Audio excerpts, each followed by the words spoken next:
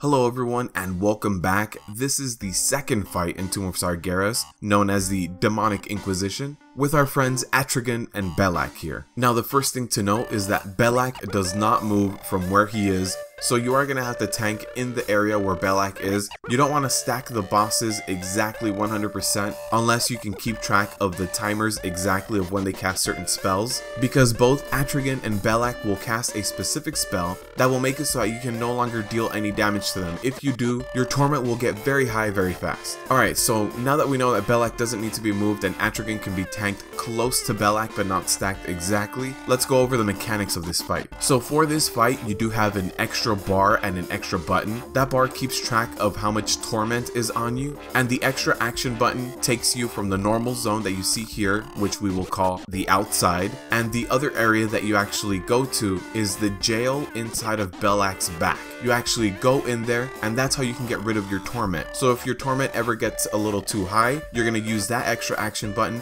jump into Belak's jail, and there's one mob in there that when you deal damage to it, he drops little arcane orbs, and those arcane orbs are what you need to pick up in order to get rid of your Torment. Also, when you are inside that jail, you do want to avoid the green swirls on the ground. Those do damage to you. The arcane orbs are good for you, so pick up arcane, avoid the green swirls. One strategy that you can follow, and it's the one I suggest doing, is to have one tank permanently inside the jail area. Any tank on normal mode can solo tank that boss without the need of a healer or any DPSer in there, and you only need one tank on the outside tanking Atrigan. So if you don't need the extra DPS, I would highly suggest leaving one tank inside the jail, tanking the tormented soul at all times, so that when people jump in, there might be a few extra arcane orbs for them to pick up immediately. For the tanks out there, first you need to decide exactly what tank is going to be where. One tank needs to be on the outside tanking Atrigan in the beginning, and the other tank needs to be inside the jail tanking the tormented soul. So decide where you're going to be,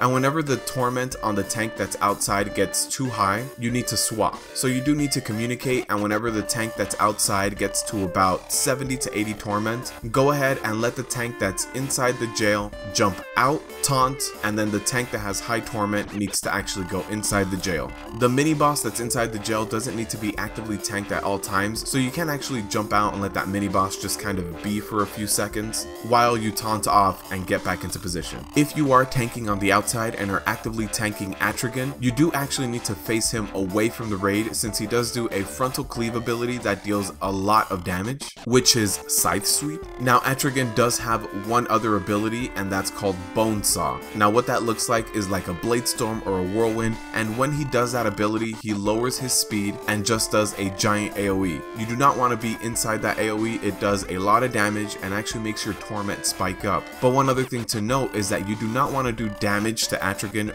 when he's doing this ability. If you hit him in any way, shape, or form besides dots that were applied to him beforehand, you will actually gain a lot of Torment. So as a tank, just kite him through the left side of the room like this, so that he doesn't hit anyone, and make sure that no one else is actively doing any DPS to him as well.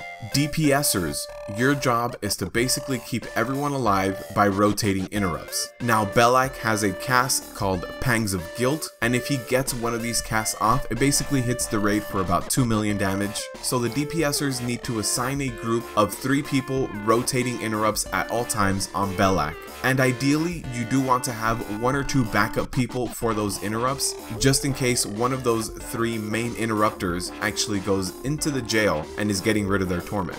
DPSers also need to move away from anyone else when you're affected by Echoing Anguish. When that dot falls off, you actually explode for an AoE around you, does about 2 million damage, and it also adds a lot of Torment to everybody else in the raid. Now we covered a little bit of Bone Saw earlier, but there is one other thing that you do need to note. Do not damage Atrigan when he's doing Bone Saw or his Whirlwind ability. Your Torment will go up really fast. And also do not damage Belak when he's casting Fell Squall. So you do need to actively swap between both targets, and that really depends on what they're doing. Again, Atrigan when he's doing his Bone Saw, no damage, and Belak when he's casting Fell Squall, no damage. If your Torment is ever getting too high, about the 70 or 80% mark, feel free to just jump into the jail, join whatever tank is actively in there, and pick up arcane orbs until your Torment goes down to 0 and you can jump back out.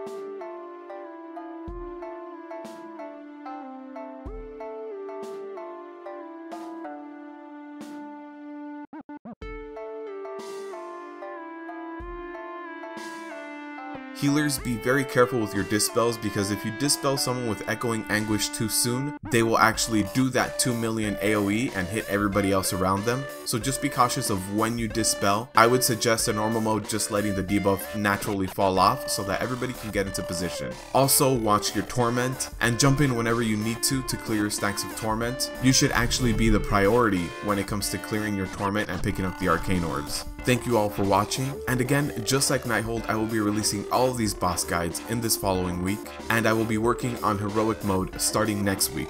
So if you guys enjoy my content and want to see more, go ahead and subscribe. I will be resuming live streaming next week, and I will actually be live streaming Tomb of Sargeras. So I look forward to seeing all of you there, and as always, good luck out there.